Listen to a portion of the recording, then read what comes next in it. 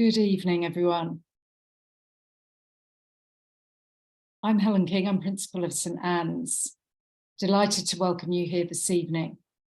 I'm conscious some people may be joining us on the dot and some people may be still coming in now. So I'll just pause for a minute and give everyone a chance to join the beginning of this session.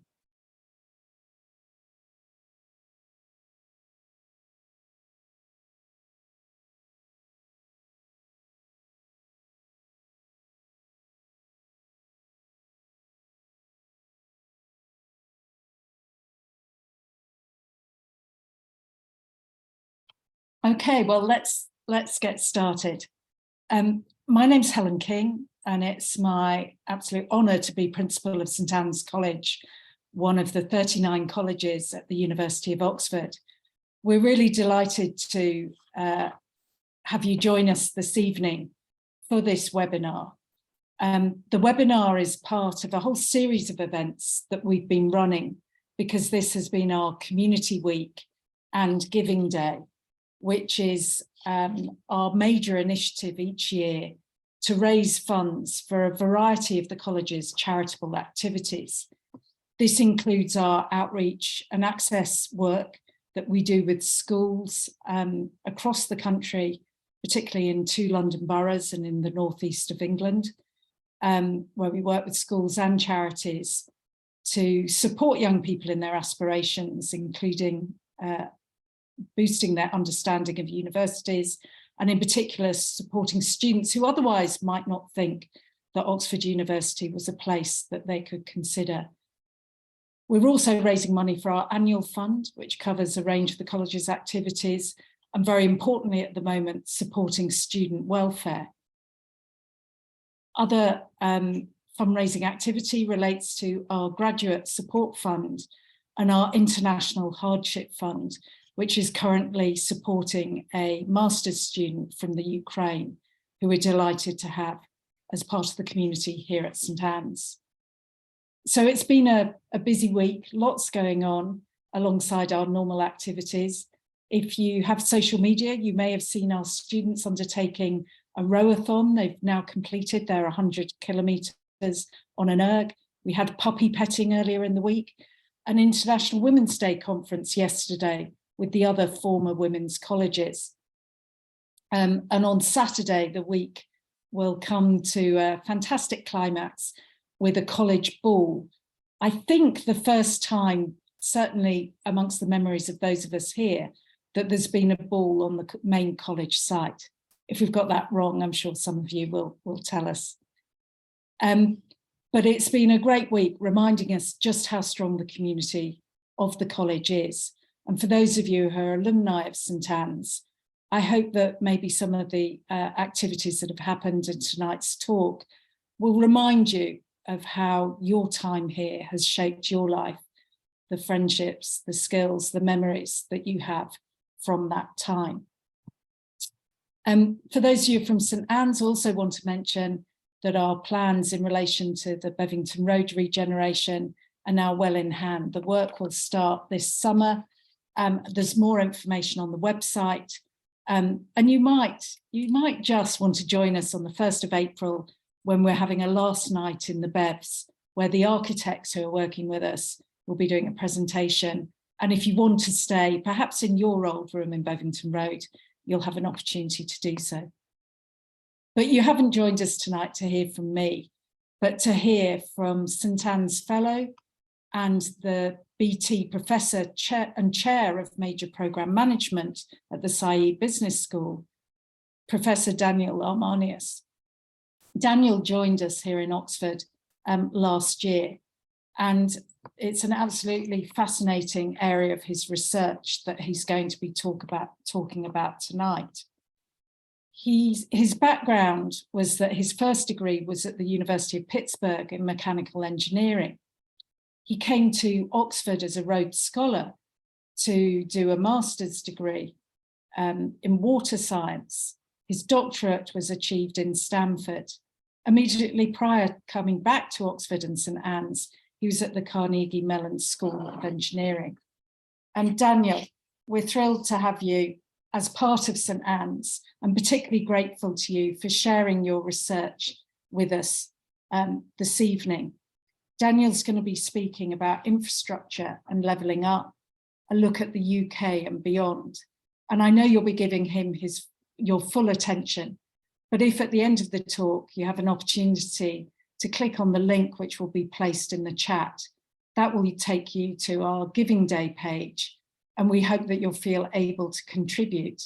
The target is ticking up all the time.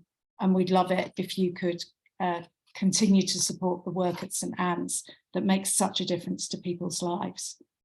So Daniel, over to you, and thank you again.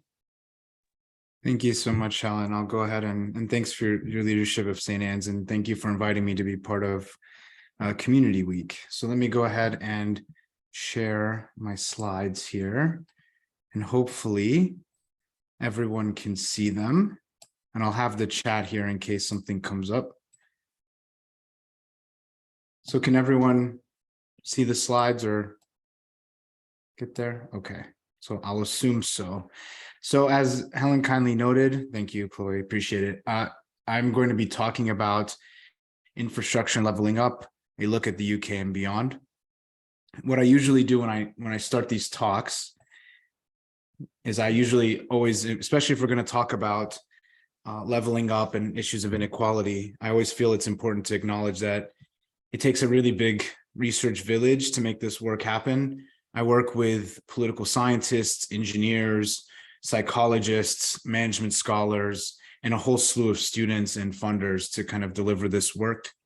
And so I always, anytime I have a talk like this, I always acknowledge all the students and collaborators and funders that we've had for this work.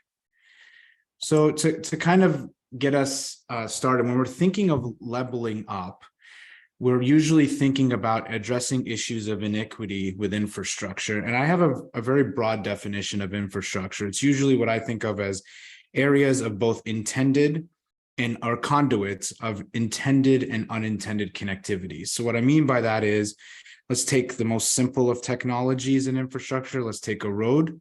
The intended connectivity is the person that's going to be using that road to get from A to B, whether it's with a car, walking, and the like. The unintended is the community or the area of land or the biodiverse habitat that had to be cut through to make that road. And so how constantly infrastructure has a balance between both its intended uses, its function in helping us efficiently go from different places, while also recognizing to do so, we're often encroaching on different natural, social habitats and environments. And so it's increasingly become of a concern for governments about, we know that these inequities happen with infrastructure, but how can we address it? And as the title of the talk goes, the UK has embarked on a quite ambitious leveling up agenda, essentially trying to build infrastructure to the level that it is in London and beyond. And so we have things like Project Gigabit to roll out broadband to 85% of the UK, enhancing public transportation, again, to the standards of London and the like. And where I kind of focus on is, well, how do I recognize, does that work or not? And so there's a couple of quotes I want to pull out that I thought were really interesting from the summary report. There's clearly room to make greater use of experimental methods when understanding what drives local growth. And the way I read this is that we know these issues are happening, but we haven't been able to develop standard approaches or even methods to tackle when do we know infrastructure is making the benefits we want it to make, or how do we know when infrastructure isn't doing what it's intended to do. And to that point, good quality data monitoring and evaluation are essential to delivering beneficial outcomes for citizens and value for money and taxpayers. So again, developing ways to show that what is being invested in is delivering on that investment. And just to put this in the context of the general global policy landscape, there's also a similar trend that's happening in the United States. So one of the first executive orders that the Biden administration ran was the need to advance equity in their support of underserved communities in the federal government. And one of the sections of that executive order was developing methods to identify issues of equity. And every U.S. federal agency was asked then to say, how are you going to incorporate equity methodologically and with data in your decision making? That led to a request for information from the US Department of Transportation on their equity data. We spent a lot of time with their equity data, so we wrote a comment.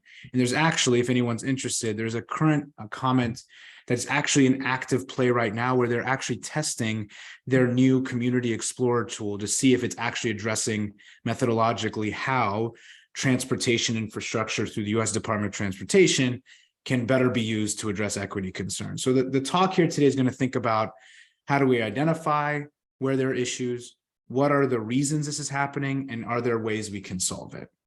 But to do that, we have to kind of reconceptualize infrastructure in two ways. So I do research both in the engineering and the sociological domains. And what I like about infrastructure from the perspective of research is it requires both sides to kind of think differently about infrastructure. So in the engineering side, we tend to think of infrastructure very literally, the hard infrastructure, the physical. Think of water, we think of roads, electricity, and the like. But underneath all of that, there's a whole web of organizations, institutions, rules, people that have to be coordinated. I mean, just for the sake of example, every year we have to, or even sometimes less than a year, every bridge has to be inspected. How do we make sure the right bridge engineers are there testing it? What is the standard they're going to use to decide whether there's a beam that's an issue or a piece of the substructure that's an issue? How are they going to coordinate repairs? And if you have thousands plus bridges, it's actually not trivial to do that. So underlying all of this infrastructure that seems so kind of hard and devoid of people is actually the exact opposite. There's whole webs of people and organizations involved. And so from what I like about it from the engineering side, it's asking engineers to not think of infrastructure just as literally, but also kind of metaphorically and figuratively in terms of the people and organizations underlying it. On the other hand, with sociology, tends to be the reverse. We usually think of structural as policies and practices that persist in an organization. And we don't necessarily think of how the hard infrastructure can perpetuate that even when that social system changes. So again, it's kind of the opposite here. So in engineering, we have the literal hard, and we're trying to get the kind of figurative soft, and it's the reverse in sociology.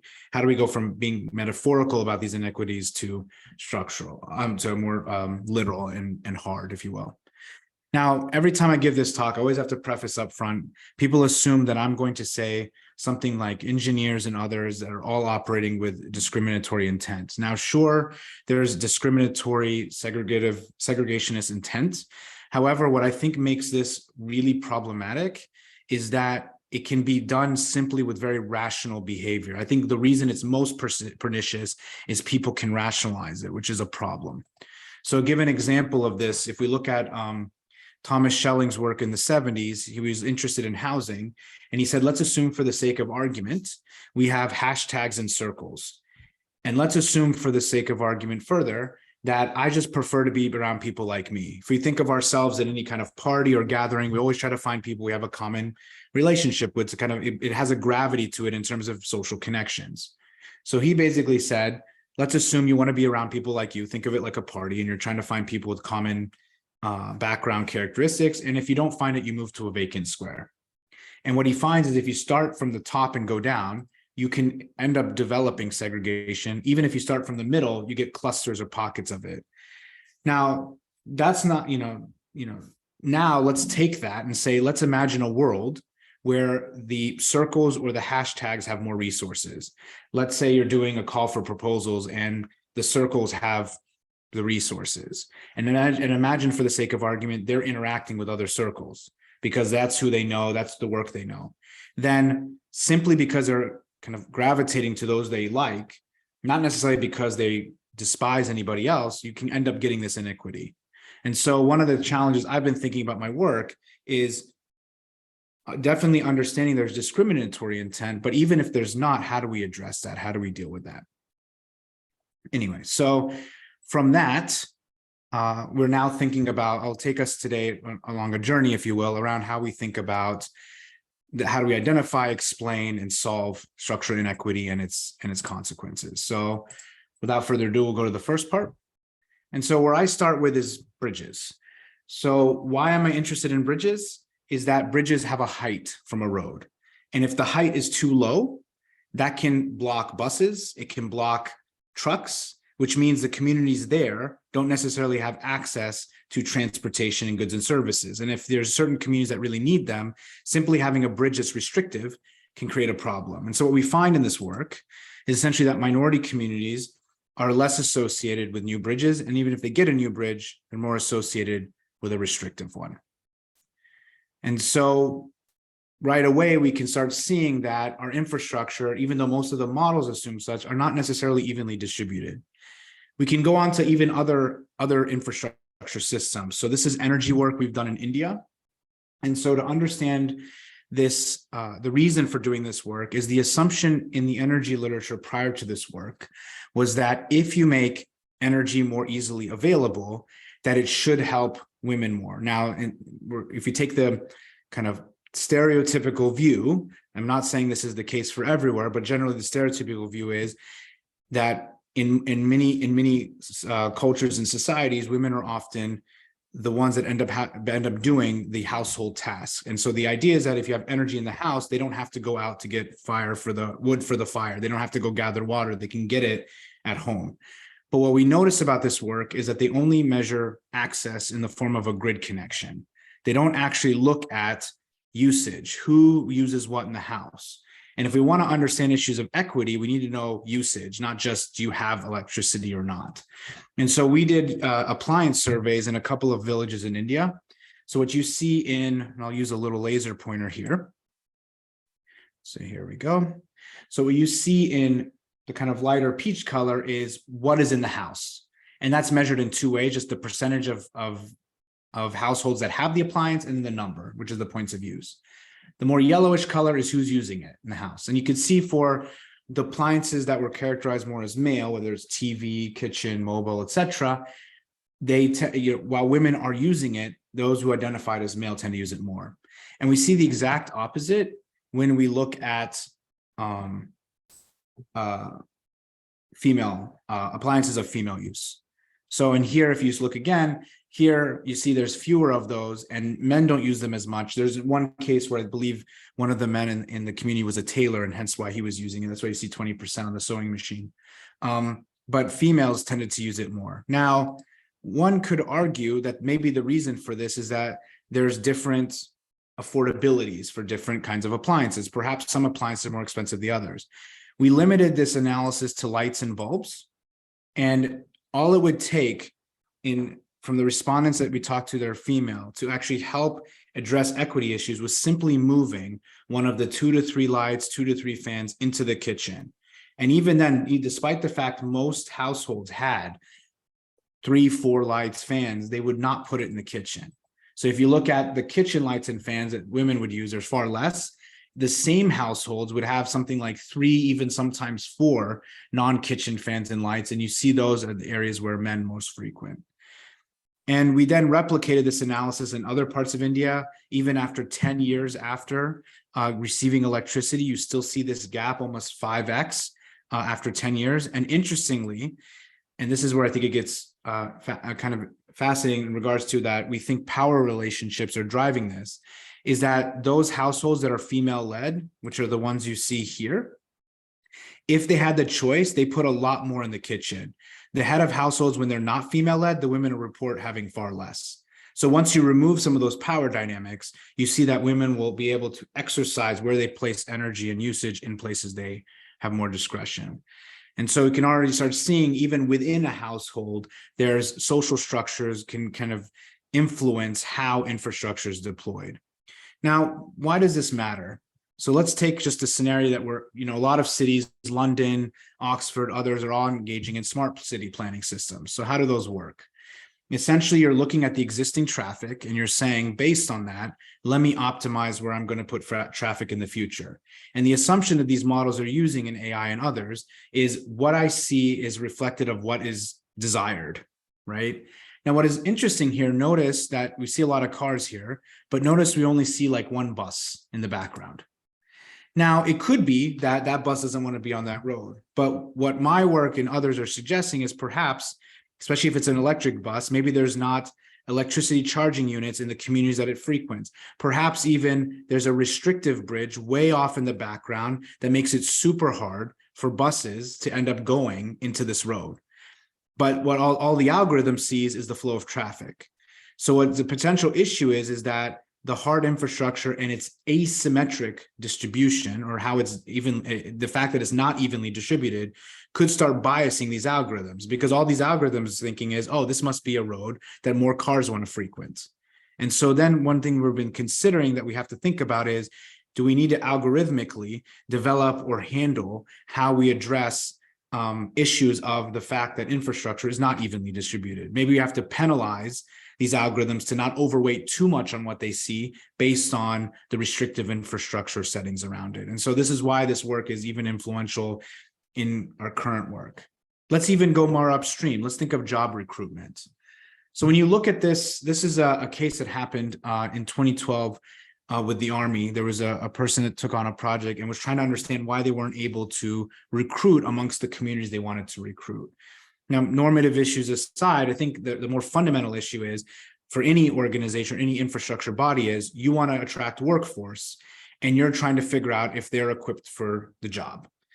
But you then have to think about who are the beneficiaries. And so if I imagine the workforce that I'm trying to recruit and they're looking at this gray box here, and the first thing they see is all these medical conditions, you then start asking yourself, what am I assuming about the understanding, the literacy rate of the beneficiaries I'm trying to uphold? I mean, even for me, some of these I had to look up to even understand. And so for most people that you're considering to recruit, if the very first page is something I can't understand, I'm immediately going to withdraw.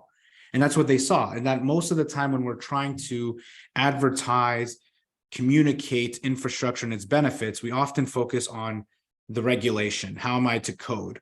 And we often forget who is the beneficiary I'm trying to help.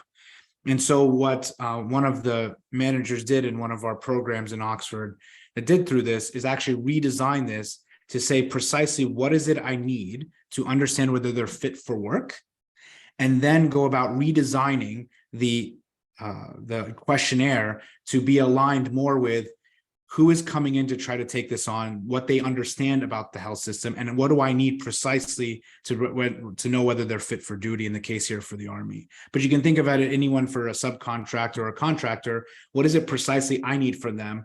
Where are they coming from? What's their background? And am I tailoring to that so that I can really identify the best talent? Even more upstream in terms of testing, we can look at crash test dummies. It turns out in 2019, standard height and weight of a female crash test dummy was 5 foot, 110 pounds. The average female, the last time I checked, is not nowhere near that biomechanically. It's 5 foot 4, 170 pounds. And even female crash test dummies weren't widely used until 2003. Now, why does this matter? There was recent studies looking at crashes, and they found that women were 73% more likely to die or get seriously injured in a car accident. Now, obviously, we can't make a direct causal path between crash test dummies and these effects, but we can at least say there's clearly a potential for correlation. If I'm not testing for the biomechanics of one gender, and it's plausible that gender then gets asymmetrically harmed. And so some of this is really upstream and can be quite pernicious. Now, why is this persisting? There's something fascinating about infrastructure that it will kind of perpetuate the systems that originally built it. So kind of help understand this is that you have a social system of engineers, of communities and others that have interactions at the time, and they build physical systems, right? Now, let's assume for the sake of argument, though it's not always true, that they use the best and most well-intentioned standards at the time. So let's just assume that. Obviously, that's not always the case. Some people have discriminatory intent, but even if we take the most conservative assumption, everyone's well-intentioned, that physical system stays. And these physical systems, like bridges and others, are designed to last 50, 60 years, right? Imagine, just for the sake of argument, imagine a bridge that was built that we're trying to maintain 50 to 60 years from now. That bridge was likely built 1950s, 1970s. It's a very different world that was in the UK than the one now. And now engineers are being asked to assess a bridge that was not built for the current day standards. How do you do that, especially when there's all this other infrastructure that locks it into place? And so we call this institutional relics. It's institutional because even conservatively, the engineers at the time used their best standards, best understanding. And it's a relic because the physical system lasts far longer than the social systems that initiated it. Now, for a more kind of nefarious example, we can look actually quite close to Oxford. So this is in Cutteslowe, which is near Summertown. This is the gap between Wentworth and Aldrich Road. There used to be a wall that divided the high income and low income area. That wall no longer exists, but the infrastructure and the process underlying it perpetuated so much that even the paving processes still to this day were only up to that point. So even though the wall is not there, you would imagine they would pave the whole road. They only paved up to it. Now, I was curious because this was in 2018. I looked at Google Maps yesterday and it still has that discoloration till this day. This is from Google Maps yesterday. So you can see that even the standard operating procedures that underlie infrastructure, even when the impediments are removed, it still happens. Now, a more kind of, a different kind of issue. This is an image from space, from the European Space Agency of Berlin in 2012. And if we draw the Berlin Wall, you can see different coloring of lights. Now, the reason for that is on the west side of Germany, they tended to use fluorescent lighting. And on the east side, they tended to use more a sodium vapor and other lamps that have a yellowish glow. So in this case, it's because you had a city where they had the West German government with their standards, you had the East German government with their standards, and each is likely assuming the other, it has that kind of standard of lighting. And so when you take that out, those processes, no one necessarily is fully cognizant of what they don't know. And so you end up getting this perpetuation. They've even up till 2019 tried to change even 30,000 gas lamps. They're still in the process of changing out the old standards, especially on the East German side. So it just gives you a sense of even when the impediments go away, all the social processes and practices persist because that's what people know. Just to give an example, this can even happen even as the infrastructure is updated. Here's an example of a bridge in the United States. This is again, the prior ones had some clear political, socio-political, even in the first case, discriminatory intents. This one was simply, at the time that the bridge was built, spaghetti junctions and weaving roads was considered the best way of handling traffic. Engineers have since realized that is not a good way to handle traffic. So what they wanted to do was straighten out the roads. The problem is that all of the gas lines, all the housing, are all locking that into place. Because once you have a road, you put houses, then you put gas lines, then you put electric cabling. And they wanted to remove all that. But to do that, they had to remove all of these linkages. It would have added $2 billion to the project. So what the engineers decided to do, and when money becomes tight, that was one of the first things to go. And so in that kind of attempt, even as they were updating the infrastructure, the decision not to expend that extra money to handle that situation perpetuated an engineering design that was well predated the system, but was necessary to reduce costs. And so you can see, even as the system transitions, some of these practices can still be locked in. So how do we kind of solve this? So one of the things we've been thinking about is, instead of assuming that infrastructure is evenly distributed, let's just be honest and say that it's not. Let's start from the premise that infrastructure is a proxy for past bias. And then perhaps we can flip this on its head and use that to detect gaps in the future. And then also, as we talked about a little bit earlier, we need to perhaps be better at communicating to the end user or to the communities on their own terms, instead of about the infrastructure to code. So why does this matter? We got really interested in this issue because of COVID. Right? So during COVID, there was a real dependency on people to have broadband connection to stay at work and the like. And there's a study out of Cambridge that basically said that this was really hard on marginalized communities. So just to give a sense, almost it's fascinating how close the numbers are. It's maybe 33% in the UK, 40% in the US. Prior to COVID, something like 33% of Americans and about 40% of Brits could not afford something in the range of a £500 or $400 emergency expense. Okay, so this is prior to COVID. Now you have COVID, all of a sudden you need to have broadband for a few years. You need to sign up packages, get it installed. That's not a cost you can necessarily equip for. And so literally, this was a quote from one of the respondents. There were some families had to decide, do I feed my children or pay for Wi-Fi? Right, and we saw the same thing in the States. And so we thought, well, how can we better know who is really lacking broadband, who is it really harming, so that we can provide vouchers, broadband connectivity in an emergency way quickly, so that those individuals do not have to go to cafes, shops, etc., and then become vectors of the virus or even get themselves harmed.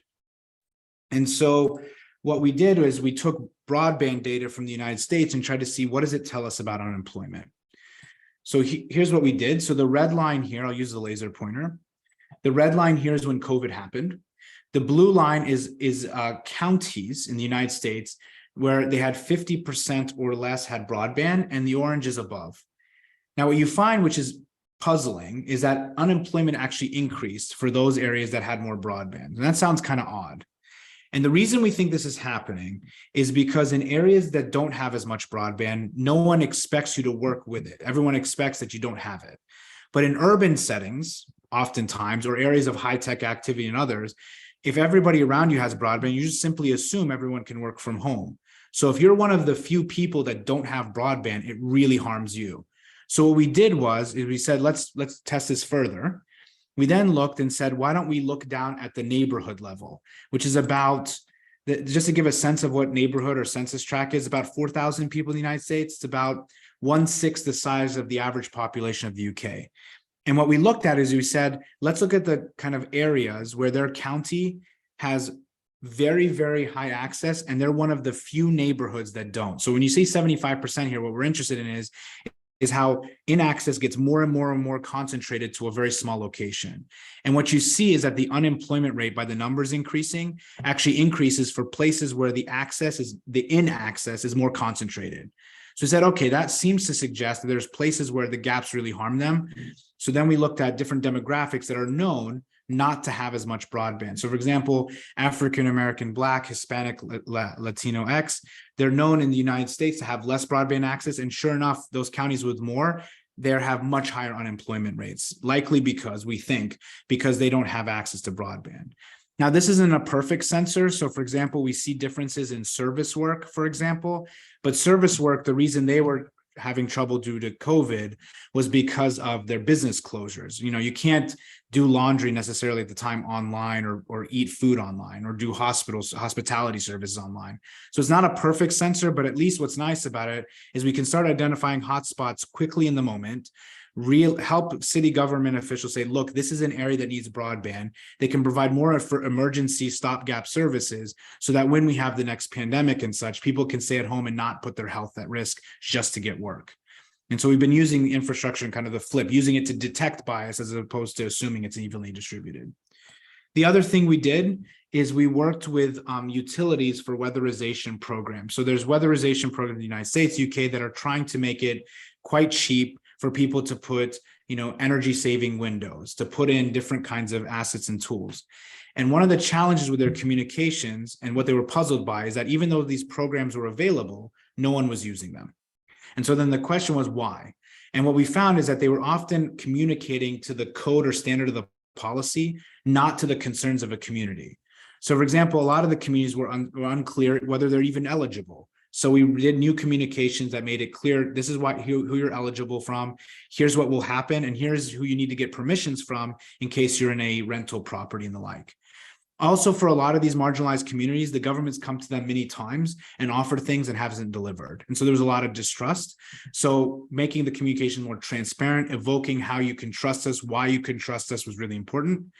Even uncertainty about the application process. How do I do it? How long does it take? And also, especially for elderly individuals, they may not be online. They need phones. So clarity on how to apply, whether by phone, online, in person. Difficulty estimating the value. We try to note more precisely, if you can do this, this is how much you could save if you do it. The other thing too is, even if you apply, you don't want to wait forever to get the benefits. You don't want to have people coming into your house all the time. So the other thing was to say that this is going to be timely. This is when it will happen. This is how long it roughly takes, to be very clear. And then even beyond the institution, maybe the individual program you don't trust. Maybe you don't want someone who's a stranger coming to your house. So explaining, look for these badges, look for these uniforms characteristics.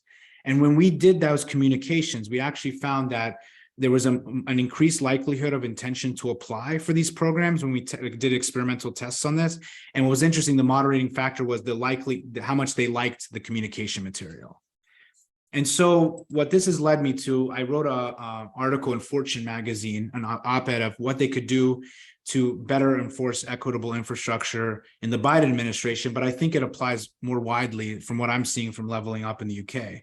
First and foremost, and we saw this from the very first slide, was we need to come up with better equity metrics to guide infrastructure siting and replacement. To give how kind of pressing this is, there are currently projects, infrastructure projects that are being stalled right now, delayed, because there is a sense that they are affecting inequitably a certain population, but we don't have a common standard to say how we're going to legally or in an engineering method be able to detect or say this is the effect and this is how we're going to deal with it. There's not an accepted way.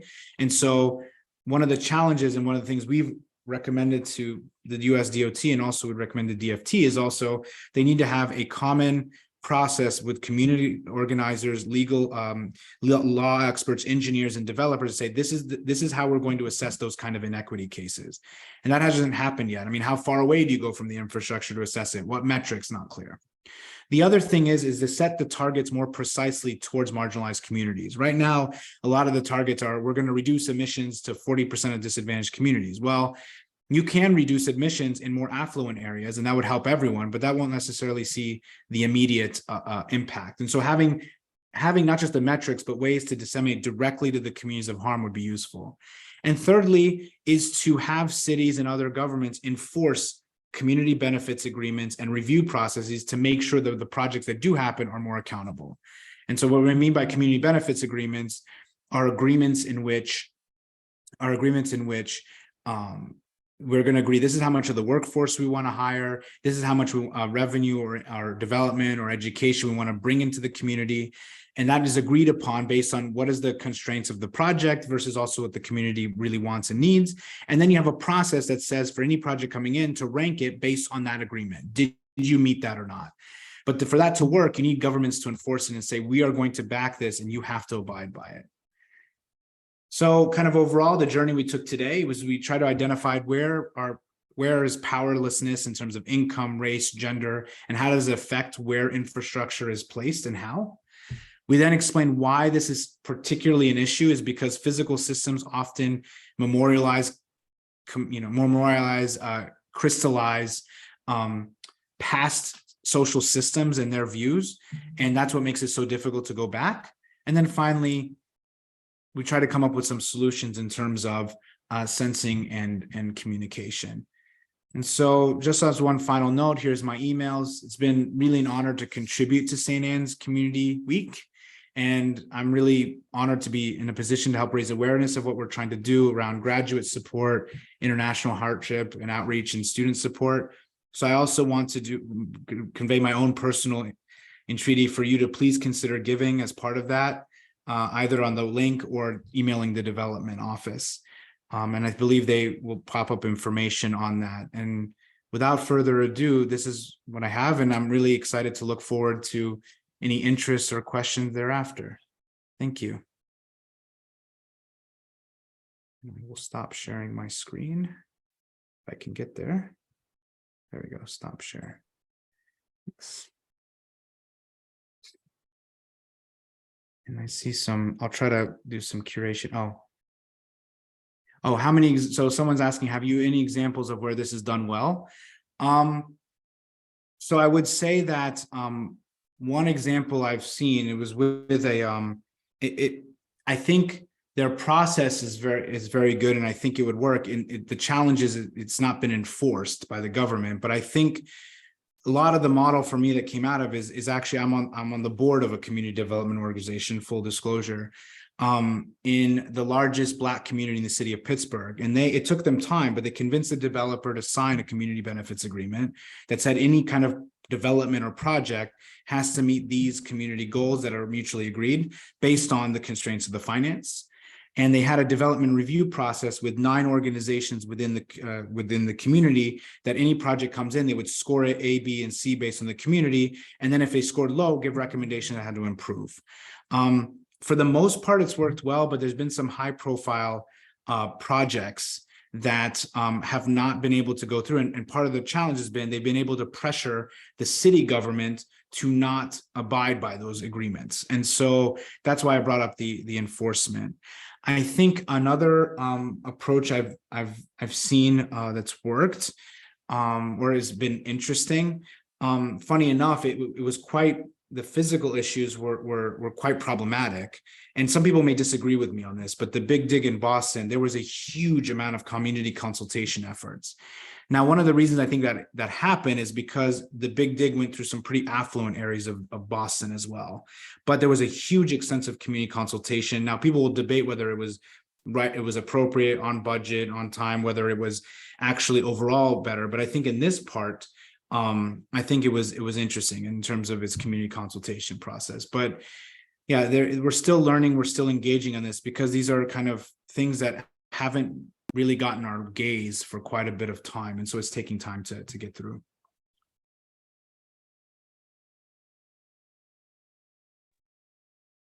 See any other, yeah. How do you think that so someone's asking about the infrastructure in the north of England. I think, so there's kind of one thing that probably comes out in summarizing my work is there's kind of first order issues and second order issues. The first order issues is access. Okay, do I have the infrastructure I need? I think the second order issues are, do I have the education, the workforce development, all the kind of social processing in place that could make equitable use of that infrastructure? And I think what I've seen, and this is just my opinion now, and I need to get more information, but I think you do see quite a bit of active community consultation in the UK, but it seems to be kind of formulaic as part of a process to check a box, as opposed to really holistically saying, let's see that we get this right. If there's concerns, let's go back to the plan. Let's think if we can change and the like. And so I think in terms of the architecture, it's like in terms of the process architecture is there. It's just that whether it's being used in that way is something to think about. And I think HS2 is experiencing this right now. So one of the challenges with HS2 has created delays is that they've had to negotiate right-of-way issues almost by community. And it's been really difficult to do in a way that's kind of, consistent and approach. So I think if I had to give a general kind of vague answer, it's, we need to think not just about the first order access, where to place it, but the second order. How do I make sure there's workforce, there's town, others that can feed into that? And I think some companies, so for example, some big companies that do this well, in my opinion, but they've had their blemishes, is like Bechtel, for example. They spend a lot of time developing the communities around the project. Now, I'm sure there's high profile cases that may not meet that, but from the ones I've seen, at least where there was real intentionality to it, it was possible. So we'll see. I think Building Digital UK is really concerned about this in the northern part. I think also with the new Brexit agreement with Northern Ireland, this is also coming back actually to the fore, and in Northern Ireland as well. So and I'm fascinated. If anybody has cases or ideas of how to study this, I'm very interested in learning more also about the ways this is impacting, even more specifically, some very specific projects in north of England. So I'm happy to follow up. Let me see what else. Daniel, may I ask a question we had given in advance? Sure. It was actually just on HS2, which was, without being political, did you think HS2 was a red herring? And obviously it was mentioned in the news today that the government is going to be delaying any further progress with it to save money. I just wondered if you had any further thoughts on that. Yeah, this is a difficult one. Hopefully I'm not going to be quoted. But I think we have an interesting existential challenge on major infrastructure in the following sense. This is, and HS2 is just one issue, is the reason a sponsor promotes that kind of project is because they're hoping they're going to get the benefits of it. There's a reason, I get, HS2 was put in, they want to heighten transportation, improve the environment, etc. When you bring it down to the manager of the project, What they're assessed on is delivery, time, cost, scheduling. And so you get this really interesting tension where the sponsoring organization is putting this project to get the benefits, but you're not assessed on that. You're assessed on getting it done. And so what ends up happening, I think what's happening with HS2, like we said, is because of the right of way that has to negotiate, the manager is now confronted with a problem, right? They have a community that has an issue with, let's say, one of the stations, whatnot, but they have a schedule they're supposed to meet and a budget. And so one of the challenges becomes, how do I engage with communities that I didn't necessarily anticipate for the social benefits and value while still keeping on schedule? And it's, to be honest, HS2 is not the only project experiencing this. It's a really difficult tension. And I think it requires us to rethink, why are we wanting things on a specific budget and time? Perhaps we need to rethink how we deliver and finance these projects to begin with. And it's because of the fact that the way it works institutionally is you ask for the money up front and you try to do a risk estimation and say, I'm going to need so much more ahead. And then you hope that you can meet the budget accordingly. But for these kind of issues, you don't really then have much slack or discretion. If like a community comes up or something you didn't anticipate comes up, you can't really deal with it. What you would like to ideally do is maybe put a little bit of money up front to start the project, but have more discretion through it. But institutionally, it's really hard. It's much easier to say, I need this up front, don't bother me with money anymore, versus I need a little bit of money and then you come back later and try to make the case. It adds so much efficiency to make the case over time that you need more money. So that's why I think what's happening is people are trying to develop a risk estimation up front without necessarily understanding fully the social costs, the environmental costs towards the future, or not able to estimate it as precisely as they like. And then they're stuck in a position where they don't have much money and they can't go necessarily get it back. And so I think this is just getting into a fundamental overall tension between the manager's need to deliver a project versus the benefits the sponsor wanted. And there's that tension. How to navigate it is a tough one. And I think at this point, HS2, there's been so much investment taking place. I mean, I would imagine at some point it would have to get back on operation online, because there's already been so much commitment to it. Now the question of how it's going to manifest is an open one, I think. But that's kind of my take on it. But I think there's obviously a lot more nuance and detail on that than I can provide, but just as a kind of overarching one, this is how I think of that tension. Someone asked, a lot of my friends do not yet own their homes. Do you think that one of the main issues with leveling up in the UK is lack of house building? It's a really interesting question. I think, this is interesting because for kind of the main reason I'm thinking about is that often house building or house ownership was one of the main ways to build your wealth, right? And so if you wanted to pass intergenerational wealth, it was through housing. And interestingly, some countries now have made that easier or harder. So one of the things we've been thinking about, and also because of the other challenge though, in terms of building housing at scale, there's only a few handful of contractors that have this largesse to do that on scale. And so you have this issue where sometimes the supply is not there. Sometimes even you just can't afford the upfront capital. So I was actually talking with one of my colleagues now, who's a senior advisor for the Department of Energy and Energy Justice. And we were thinking about, could we use kind of investment in renewables or taking equity in renewables as a way to kind of scaffold people into house ownership, or make it easier to then have the capital to buy into a home. And we were thinking, perhaps if you're renting as a multi-unit property, perhaps if I could invest in solar and build equity over time, I can start amassing some wealth from the credits that would be given from those kind of renewables, to then start building the wealth to then be able to over time maybe own a home and the like. So I've been thinking, has been something I'm thinking about, is can we get even more upstream to help build for that? I think in terms of, but in I think in other aspects, and I think there's also the challenge in the UK for some parts where it's just space, right? I mean, some places we have quite a bit of space, other places it's really constrained. And so I think also it's going to get into zoning and permitting and allowing more building up rather than out. And that's going to be something else to kind of consider depending on the area. So that's probably so in long story short, to build housing at scale, there's only certain size of contractor that can really do it en masse. You can do bits and bobs, one or two here and there, but the ones that could build massive kind of operations, only few and far between, and they're kind of completely packed in terms of demand. And then also, how do you do that? I mean, you have to tailor to different places, whether you can do it out or up, and that gets into zoning and other permitting complexities. Do you think leveling up in the UK or other countries working and improving the quality of life? This is a question actually that someone had asked me from a US agency too, where they wanted to see whether infrastructure had a correlation with well-being. There's actually an index we've been playing with. It's called the Mappiness Index. They've been trying to map out people's happiness kind of in a spatial distribution. I think there'd be a really interesting opportunity to take that data and correlate it with infrastructure to see if that's the case. Anecdotally, I definitely do see that is a case. So we have another paper we didn't talk about here, where we show that if you have more physical infrastructure in terms of bridges, that you actually have increased entrepreneurship and innovative activity. And one of the cities that had really strong outcomes from this was the city of San Diego.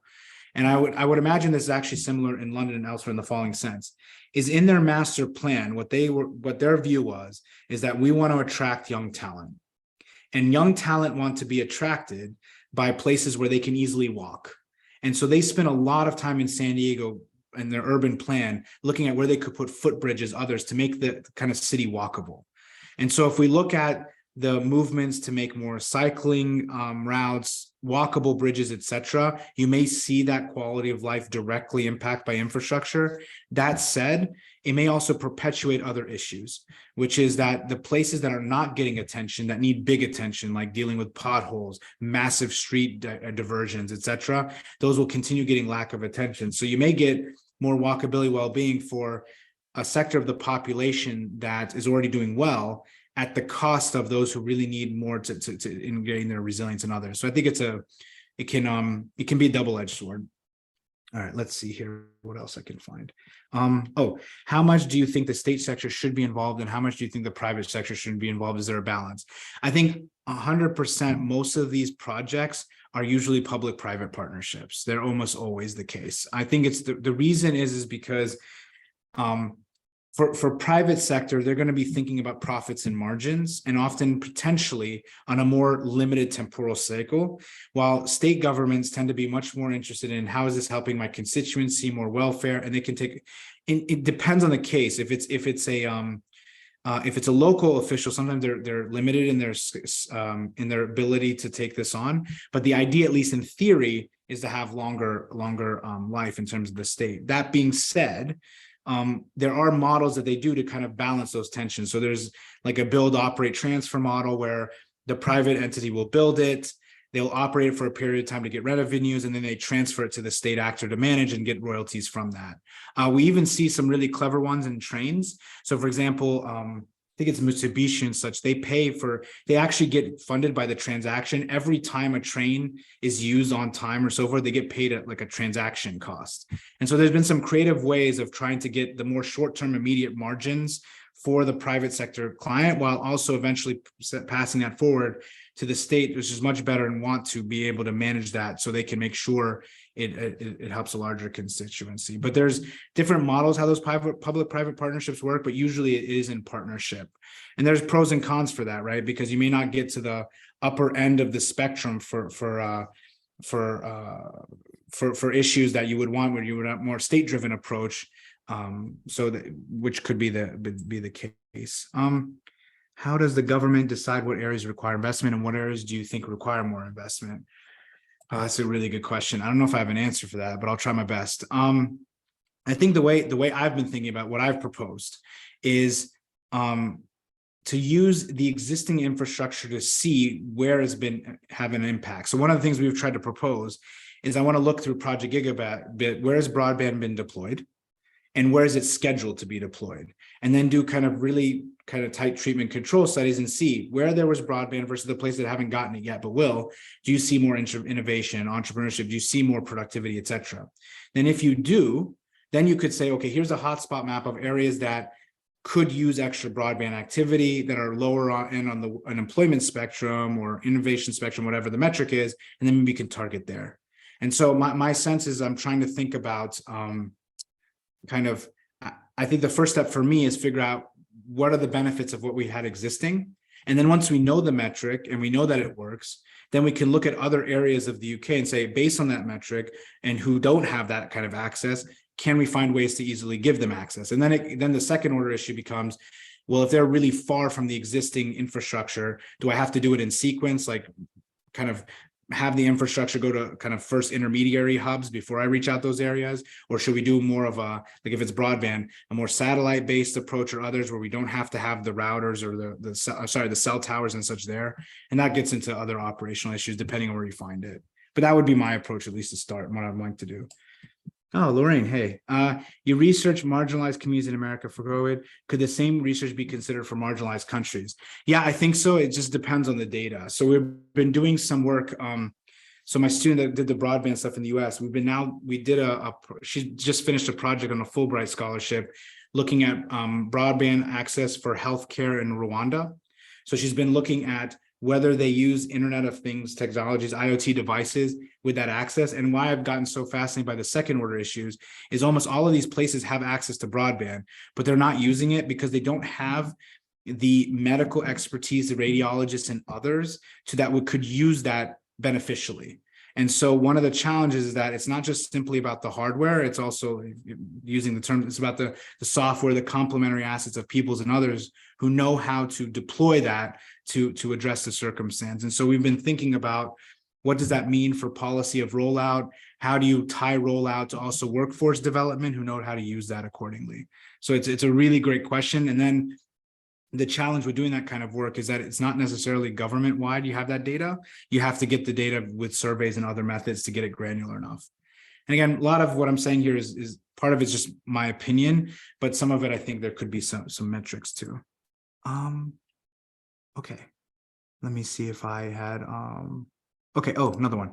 To what degree are the needs of older adults considered in questions of infrastructure as opposed to, Catherine, this is a great question. In fact, there's been a couple of cases where I see a really high profile case that, again, that's interesting, is that there's been some companies that have tried to do voice over IP, and because they forgot that elderly individuals are not equipped, proficient with broadband or voice over IP kind of communications, they had huge issues in the rollout, and they've had to actually delay it and re-roll it out more sequentially for the needs of older adults. We've also seen this in the community development organization I worked with in Pittsburgh, where they have to be really mindful of how they have town hall gatherings, especially during COVID, because you wanted to have, you'd use Zoom for these town hall gatherings, but a very high percentage of the community were elderly. And so how do I help them understand how to use Zoom? At the same time, I can't necessarily go to their place, because during COVID, I can expose them, and then they, expose them to COVID, and it could be really much more harmful, because we know that elderly were much more asymmetric to more extreme symptoms of COVID. So they came up with some really clever ideas, like perhaps they can dial in with their phones or press a star button, and then it would immediately connect to their TV to kind of bring up Zoom. So they were trying to find ways to scaffold it that could be done remotely, so they wouldn't put also the elderly at harm, but they could still be engaged. But that's a really, really good question. We could argue the same thing also for how disability law in general in the United States and other places started, was recognizing that for certain aspects that stairs can be an impediment, and then that actually built the legal innovation to allow to build in disability issues, that then said there can be special consideration groups, that opened a whole swath of a law that allowed for that. And so it's a really interesting area that's still on the cutting edge as well. Well, hopefully that answered everything. I know this is 7 p.m. I'm happy I could talk forever, but if you all are interested, please feel free to reach back and email me at any time if you'd like to follow up on the conversation.